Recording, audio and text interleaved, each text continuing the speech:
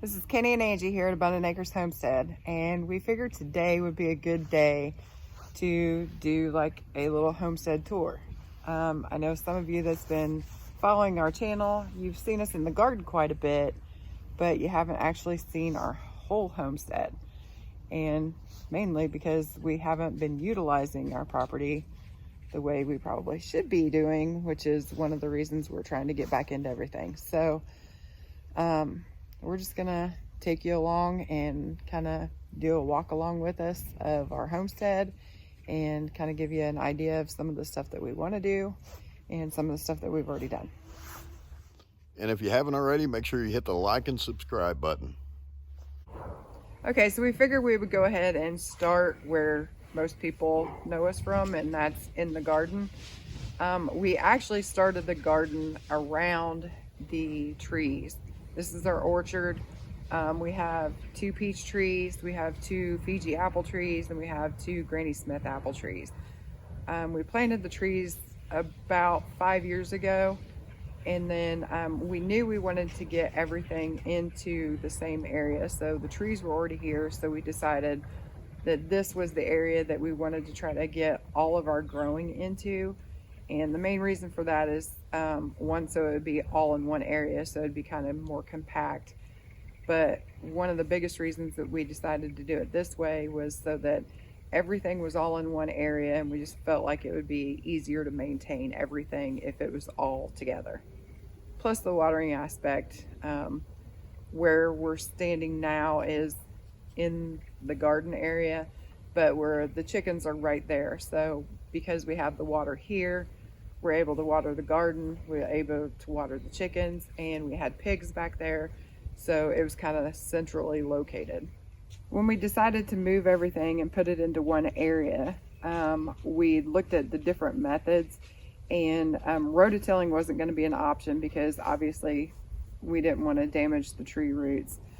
We looked into no-till. We looked into a few different gardening options and methods, and the one that we landed on was the Garden of Eden method. And the main reason for that is because I was kind of already doing that before in some of my other gardens, using the mulch, because I hate weeding, and weeding is probably the least thing I like about gardening ever. So if I could knock that out, I was already there. So I was already using mulch, plus the soil that we have is clay soil, so mulch just helps our soil. Anyways, it's not about gardening, it's about the whole homestead. So sorry, squirrel. I know we have ways to improve, and we really want to start looking past this little area and actually into our homestead and the property as a whole to start doing more with our property. So yeah, let's just go to the next spot. Right where we're standing at now is where we raised the pigs at. Behind us is kind of the ugly of the homestead. That was our first building we built, I'm gonna say 16 or 20 years ago. But due to injury and due to lack of time, we just didn't get to knocking it down. And I'll show you the new plan for this year or beginning of next. All right, the plan is to knock down that old building and build us a new one right back here. That way it's close to the pole, and we can bring everything from up there, up here, have everything in one building, not 2 or 3 buildings. Everything will be pretty centrally located. The reason why we're gonna put it up here is because of the electric pole. It'll be easier to get power to, and hopefully one day I can get solar panels put on the side of it. That way, power outages or what have you, everything will be ran right out here. In our woods back in the back, it's a little over 6 acres, and there's all kinds of trees back there, from wild cherry to cedars to ash trees, maple trees. I think there's some cottonwood, tulip. There's a little bit of everything in there.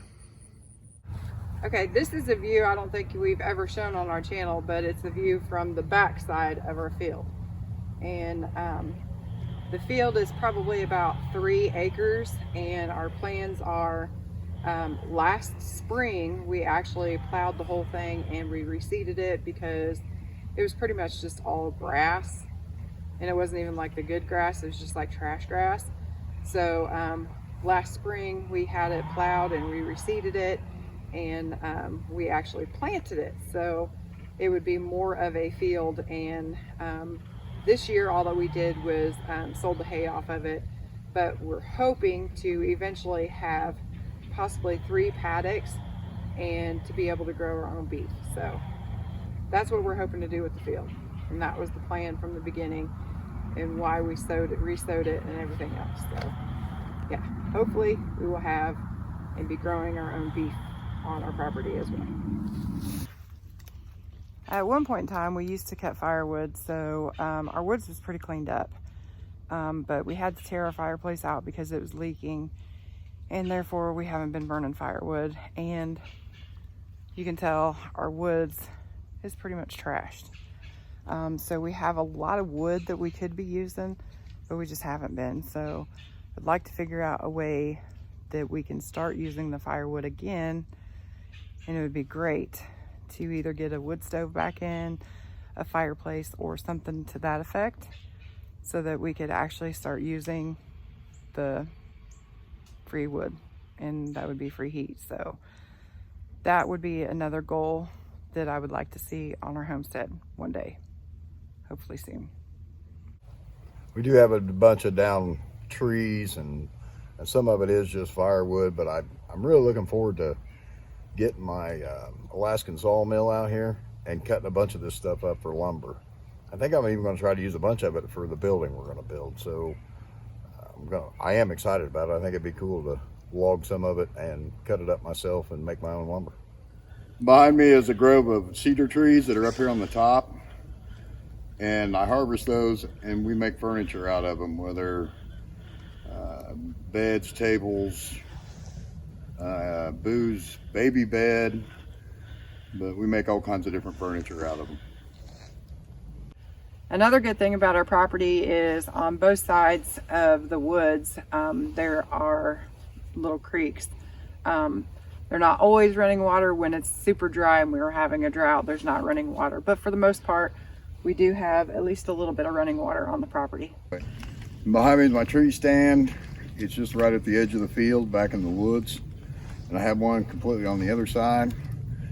And I hunt right here at the house. I don't go anywhere.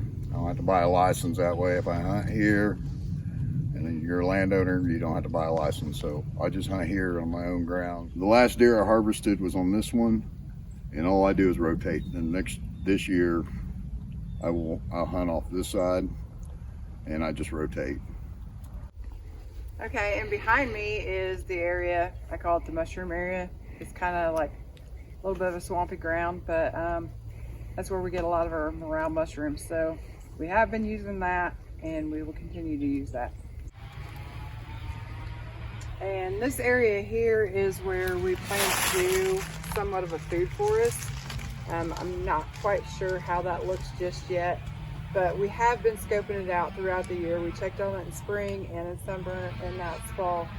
And the reason we chose this area, a lot of our woods is almost a valley, which is why it's woods and not farm ground. But this area here in particular, there's not a lot of, like we have areas right up there that has a lot of walnut, so that's not necessarily that great for growing certain foods. And then down there it gets almost too swampy, so this is like the sweet spot. And it does have big trees, but it doesn't have a lot of undergrowth, so that means that it's going to get a lot more sunlight than some of the other areas in the woods. So eventually I'm hoping that we get started on that pretty soon, but this is going to be the food forest. And what's a homestead without chickens, right? Right now we've got 8 of the big girls. We've got one Rhode Island, they're starving, they're always starving. We got one Rhode Island Red from a few years ago. We have 7 Isa Browns, and we're adding to the flock. Kenny went by the farm store and he found golden lace Wyandottes for $1. So He bought what they had left. I think there were 7 of them. So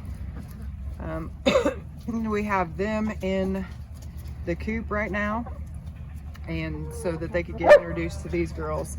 And I'll talk later about how I introduce them. But yeah, so we got the chickens too.